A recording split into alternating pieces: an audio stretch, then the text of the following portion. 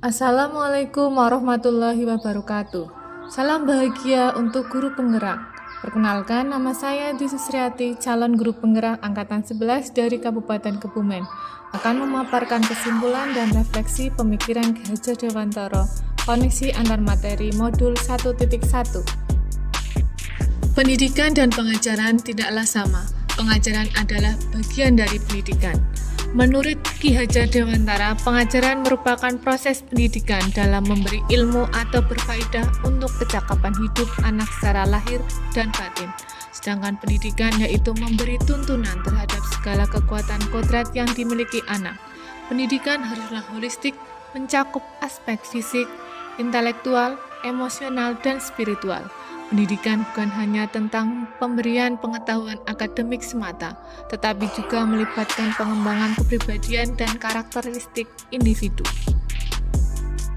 Sebelum mempelajari modul 1.1 tentang pemikiran Ki Hajar Dewantara, pembelajaran yang saya lakukan yaitu hanya sebatas transfer materi pelajaran saja. Saya menganggap ketuntasan materi pelajaran lebih penting dibandingkan pemahaman dan karakteristik siswa. Nilai siswa hanya dinilai dari aspek kognitif saja dengan mengesampingkan aspek non-kognitif siswa. Misalnya, dari nilai tugas atau soal ulangan harian saja, pembelajaran dianggap berhasil jika nilai siswa sudah mencapai KKM. Saya juga beranggapan bahwa siswa adalah sebuah objek pembelajaran, sehingga saya sering menggunakan pembelajaran model teacher center atau pembelajaran yang berpusat pada guru. Sebelumnya, saya sering meminta siswa menghafalkan materi-materi pelajaran yang saya berikan, tanpa memikirkan bagaimana cara agar materi tersebut dapat dipahami oleh siswa sepenuhnya. Saya tidak memedulikan apakah siswa sudah paham dengan materi yang saya ajarkan, karena fokus utama saya adalah pada ketercapaian materi yang saya ajarkan, sehingga saya menganggap gagal jika siswa mendapat nilai di bawah KKM. Setelah mempelajari modul 1.1 tentang pemikiran Ki Hajar Dewantara, saya menyadari apa yang saya lakukan dan pikirkan selama ini ternyata kurang tepat. Saya menyadari bahwa sebagai guru, saya seharusnya melakukan proses pembelajaran secara menyeluruh. Dalam proses pembelajaran tidak hanya memperhatikan aspek kognitif saja, tetapi juga aspek sosial, budaya, spiritual, afektif, dan psikomotor.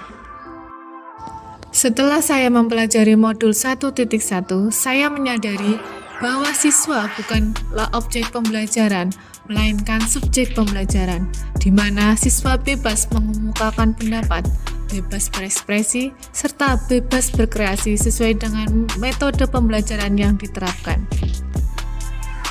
Guru hendaknya menjadi fasilitator pada setiap proses pembelajaran. Guru juga bisa menghadirkan pembelajaran yang aktif, menarik, dan menyenangkan.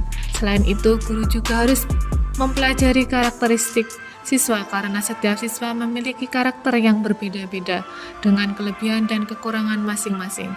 Saya harus memberikan kesempatan siswa untuk tumbuh dan berkembang sesuai kodratnya. Yang dapat segera saya terapkan lebih baik agar kelas saya mencerminkan pemikiran Ki Hajar Dewantara antara lain: 1. Merancang pembelajarannya interaktif dan menyenangkan dengan menerapkan metode student center atau pembelajaran yang berpusat pada siswa.